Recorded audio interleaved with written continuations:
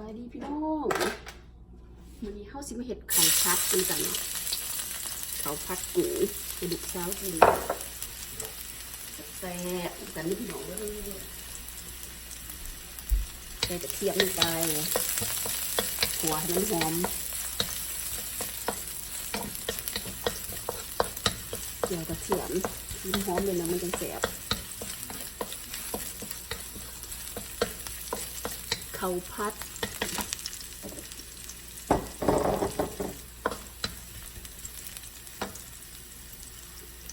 ข้าวพัดใส่กุ้งใส่ไข่แซ่บเดี๋ยวค่อยกินมัน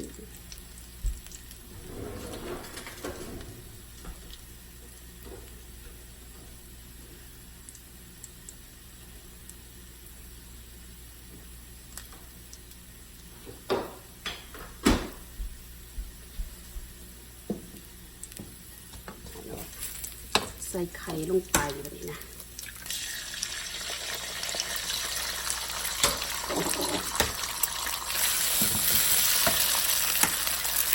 ใส่ไข่ละลายมันเป็นเสียบซาวหมักใส่ไข่ละลายหอมดี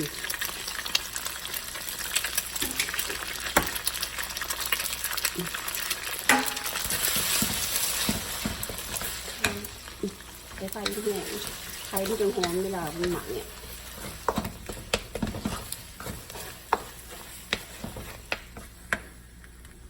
เป็นมาเนี่ยข้าวพัด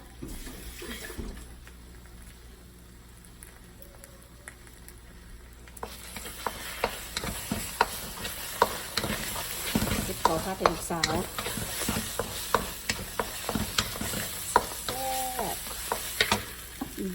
กุ้งก็อันนี้ตัวผักบัวอะไรกับตัวแล้วเอาขั่วก่อนเลยให้มันหอมจะมาใส่กันกับมันไป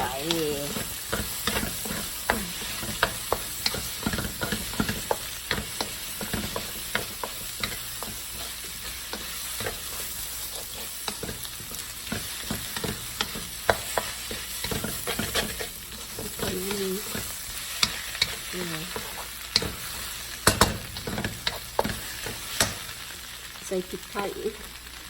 เป็นกลิ่นหอมมีรสชาติหอม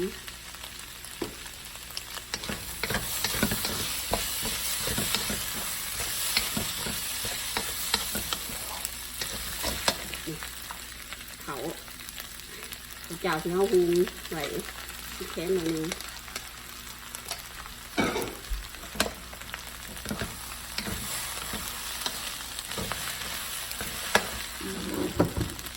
ใส่ซีอิ๊ว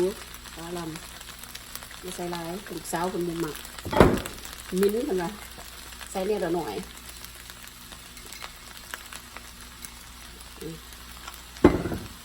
ก็ใส่เกลือใส่เกลือ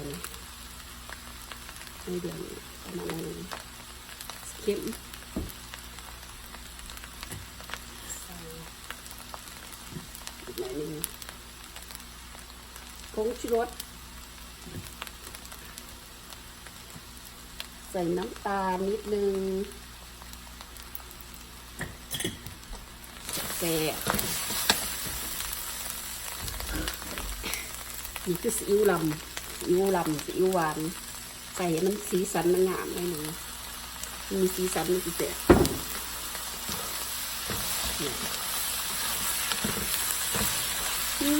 หอมตักอันนี้ดีกว่านะ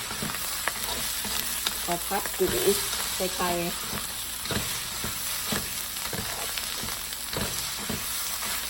ต้องหมักลูกสาวลูกสาย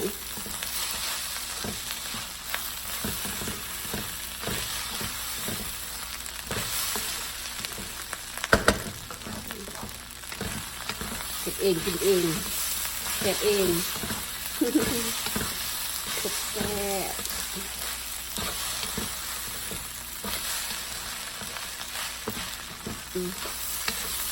ให้หมักลำก็ใส่อีกตอนที่สิไหลเลยลูกสาวเป็นมือหมักที่ลำกันไหนเป็นสีลำเลย มันออกสีอะไรมันเป็นมากเสียมปลาชุดหนอดตัวให้มันใหม่ๆนิดนึงมันจะหอมเขามันใหม่นิดนึงมันหอมดีก็น่ากลัวหน่อย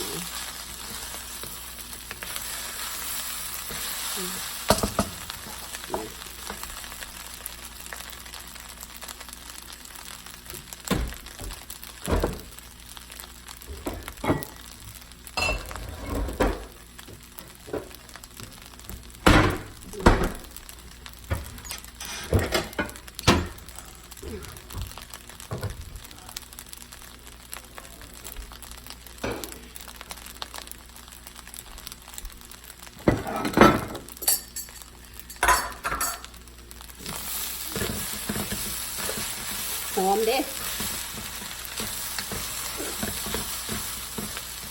ข้าวผัดไงข้าวผัดทรงเครื่องข้าวผัดใส่เครื่องนี่หัวแครอทเนี่ยแบบบีนเนี่ย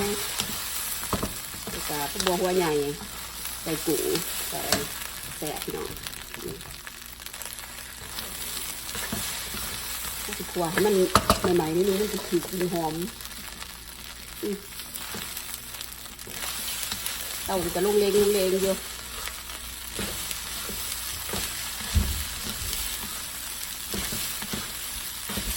บายดี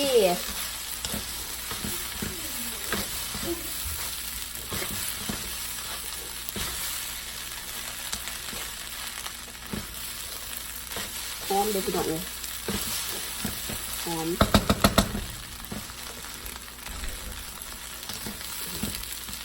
แซ่บมันพอสิปรุงแล้วเขาก็ใส่พวกบัวที่เขาซอยใบนี่โอ้ยมันหอมดีแซ่บคักคนละค่ะ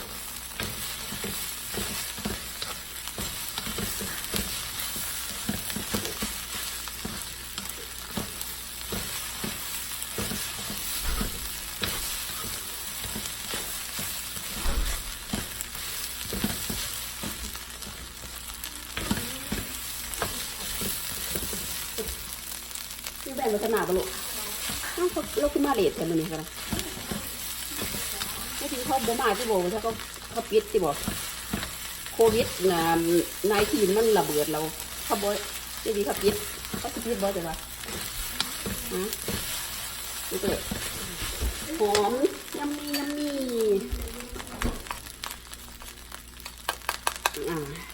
หมดเลยนะสีสันสวยงามโอ้จะแสบเนาะ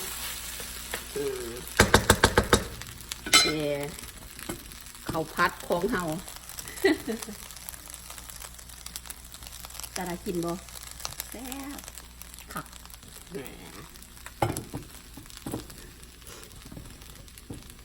มากินน้ำกันเลย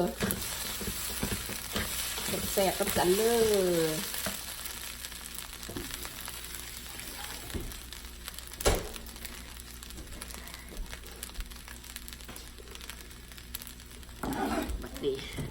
ก็สิเอาใส่จานใส่จานแซ่บ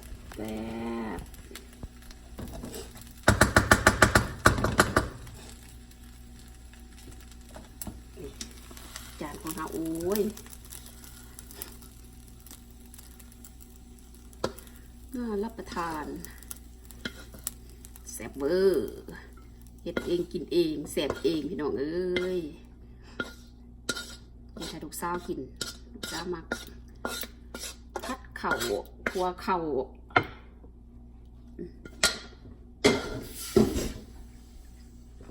ฮะแต่บ่หน้าตาจบงามอยู่บ่มันอาซิบอันนี้เป็นเนยเนาะนี่สีสันเสร็จเรียบร้อยพี่น้องเห็นบ่